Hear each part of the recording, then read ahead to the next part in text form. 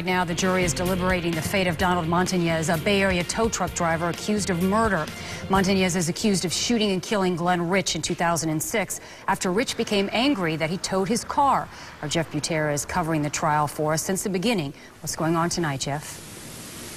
Well, Linda, right now the jury is deliberating. They have been deliberating for the last 3.5 hours. They're deciding if Donald Montañez was guilty of murder when he shot Glenn Rich as Rich drove away from the parking lot that night, having just gotten his car back, or if Montañez acted in self-defense because the car was coming at him and his employees.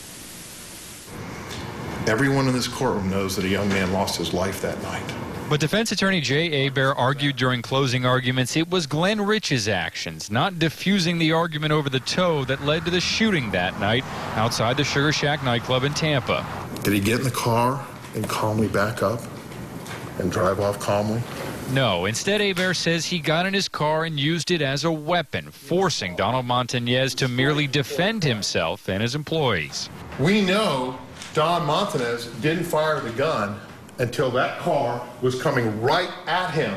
And those wheels may have been turned, but those headlights were right at him.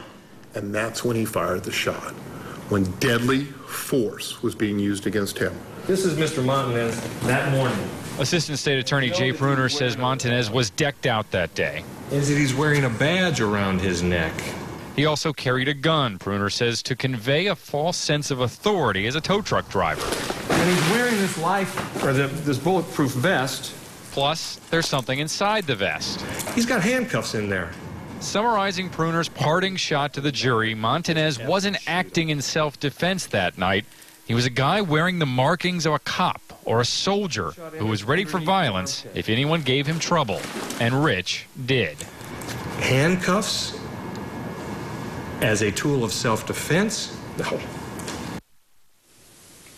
Go ahead and take a live look inside of the courtroom. This is happening right now. They are waiting for the jury to come back in. Now, we're not sure if the jury is coming back with a verdict at this point or if they simply have a question. The question might be, should we stop for the day and come back tomorrow and continue deliberations or continue into the night?